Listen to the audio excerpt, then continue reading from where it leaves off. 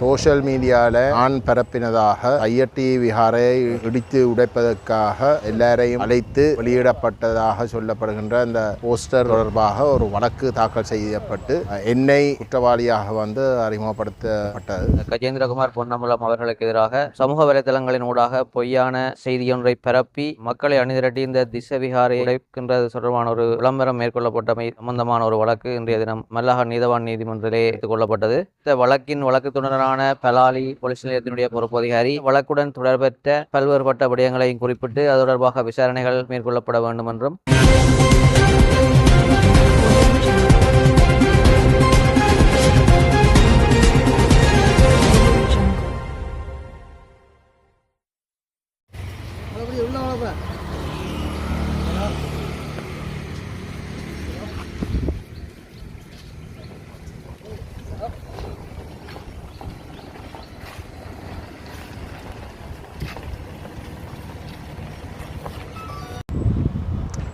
இன்றைக்கு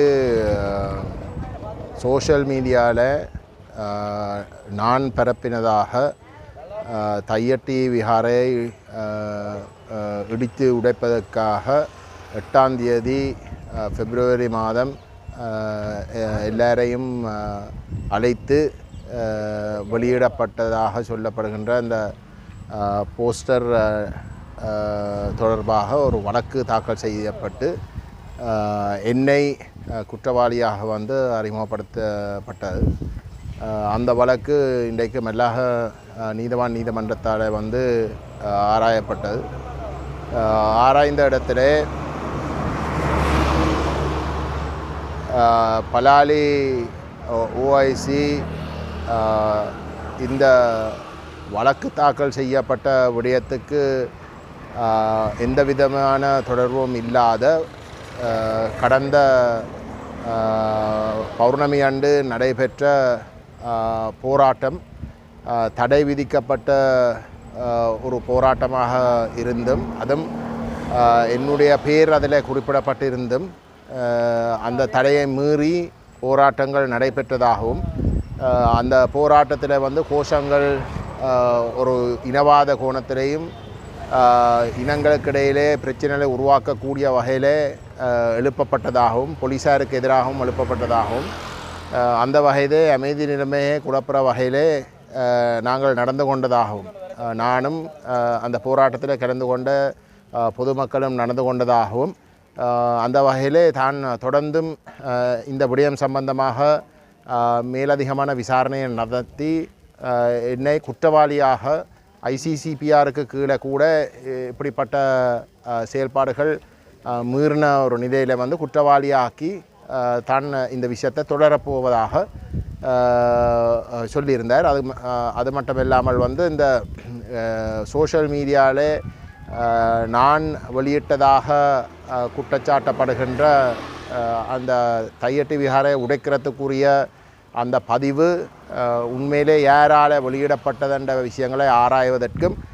அனுமதி கேட்டு இந்த வழக்கை இன்றைக்கு அவர் முன்மொழித்தவர். அப்பொழுது என் சார்பிலே சட்டத்தட்டி மஹிந்தன் அவர்கள் கலந்து கொண்டு அந்த வழக்கு தாக்கல் செய்யப்பட்ட சோஷியல் மீடியாவிலே நான் வெளியிட்டதாக சொல்லப்படுகின்ற அந்த விடயத்துக்கும் ஓஐசி பலாலி இந்த வழக்கு சம்பந்தமாக இந்த போராட்டத்தில் நடைபெற்ற விஷயங்கள் தொடர்பாக பதிவு செய்யப்பட்ட விஷயங்கள் தொடர்பாகவும் முறையீடு செய்த ஒன்றுக்கும் இந்த வழக்கோடு சம்பந்தப்பட்டதாக இல்லை என்றும் அந்த வகையில் இந்த வழக்கு ஒரு நபரை குற்றவாளியாக அறிமுகப்படுத்துகிறதாக இருந்தால் ஆக குறைஞ்ச ஏதோ ஒரு ஆதாரமாவது இருக்க வேணும். இந்த அந்த சர்ச்சைக்குரிய பதிவு சோஷியல் மீடியாவில் அதாவது தையட்டி சட்டவிரோத விஹாரை இடிக்க சொல்லி போடப்பட்ட அந்த சோஷியல் மீடியா பதிவு நிராகரித்து அது எங்களோடு சம்பந்தப்படாத ஒன்று விஷயம், எங்களுக்கும் அதுக்கும் தொடர்பில்லை, அது ஃபேக் நியூஸ் என்ற பதிவுகள் என்னுடைய உத்தியோகபூர்வமான ஃபேஸ்புக் மற்றது எக்ஸ் சோஷியல் மீடியா தளங்களிலே வெளியிடப்பட்டு இருந்தும் அது அது 3ஆம் தேதி, அதாவது இந்த போஸ்டர் 2ஆம் தேதி இரவு வெளியிடப்பட்டது. 3ஆம் தேதி காலையிலே வந்து நான் அதுக்கு மங்களுக்கும் இடையில் என்னுடைய உத்தியோகபூர்வமான சோஷியல் மீடியா தளங்களிலே வந்து நிராகரித்திருக்கவும் இந்த வழக்கு எத்தனையோ நாட்களுக்கு பிறகு எந்த விதமான விசாரணையும் இல்லாமல் வந்து எந்த விதமான ஆதாரமும் எனக்கு எதிராக இல்லாமலும் வந்து தாக்கல் செய்யப்பட்டிருக்கு. அது மட்டுமல்ல, இன்றைக்கு நீதிமன்றத்தில் வந்து போலீஸ் செய்த முறைப்பாடுகளுக்கும் இந்த வழக்குக்கும் இடையில் எந்த விதமான தொடர்பும் இல்லை. ஆகவே இந்த வழக்கு நிராகரிக்கப்பட வேணும், இது வாபஸ் பெற வேணும், அல்லது நீதிமன்றம் வந்து இதை நிராகரிக்க வேண்டும் என்று கேட்டிருந்தது. அந்த வகையில் இந்த விஷயங்களை ஆராய்வதற்கு வந்து மே மாதம் 28ஆம் தேதிக்குரிய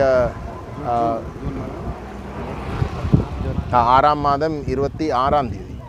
6ஆம் தேதிக்கு வந்து தவணை சென்றிருக்கு. அத்தோடு எனக்கு பர்சனல் பெயிலில் வந்து 1 லட்சம் ரூபாய்க்கு பிழை வழங்கப்பட்டிருக்கிறது. நான் சட்டத்தரணி கந்தசாமி மஹிந்தன். இன்றைய தினம் கௌரவ பாராளுமன்ற உறுப்பினர் கஜேந்திரகுமார் பொன்னம்பலம் அவர்களுக்கு எதிராக சமூக வலைதளங்களின் ஊடாக பொய்யான செய்தியொன்றை பரப்பி இந்த மக்களை அணிதிரட்டி இந்த திசவிகாரையை உடைக்கின்றது தொடர்பான ஒரு விளம்பரம் மேற்கொள்ளப்பட்டமை சம்பந்தமான ஒரு வழக்கு இன்றைய தினம் கௌரவ மல்லாக நீதவான் நீதிமன்றத்திலே எடுத்துக்கொள்ளப்பட்டது. அந்த சந்தர்ப்பத்திலே குறித்த வழக்கின் வழக்குத்துடரான பலாலி போலீஸ் நிலையத்தினுடைய பொறுப்பு அதிகாரி குறித்த வழக்குடன் தொடர்பற்ற பல்வேறுபட்ட விடயங்களையும் குறிப்பிட்டு அது தொடர்பாக விசாரணைகள் மேற்கொள்ளப்பட வேண்டும் என்றும் அது தொடர்பான விடயங்களை குறிப்பிட்ட பொழுது நான் எமது கௌரவ பாராளுமன்ற உறுப்பினருடைய